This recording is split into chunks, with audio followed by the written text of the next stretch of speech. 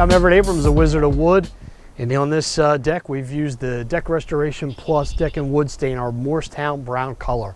You say, well, why did you go with a darker brown on this one, Everett? Well, we suggested that to the customer because, as you can see, we're in direct sunlight and we have water behind us. We'll show you that. It's just all day sun, so this is what holds up.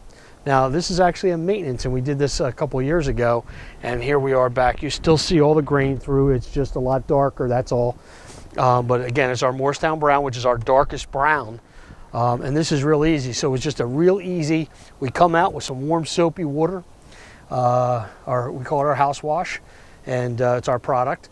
Also with some of our other restoration products, but all it was house wash, some soapy water, clean it up, get rid of all the organic growth, and then we recoat. We always do 2 coats on the floor. We single coat verticals, but that's not an option here because they have vinyl.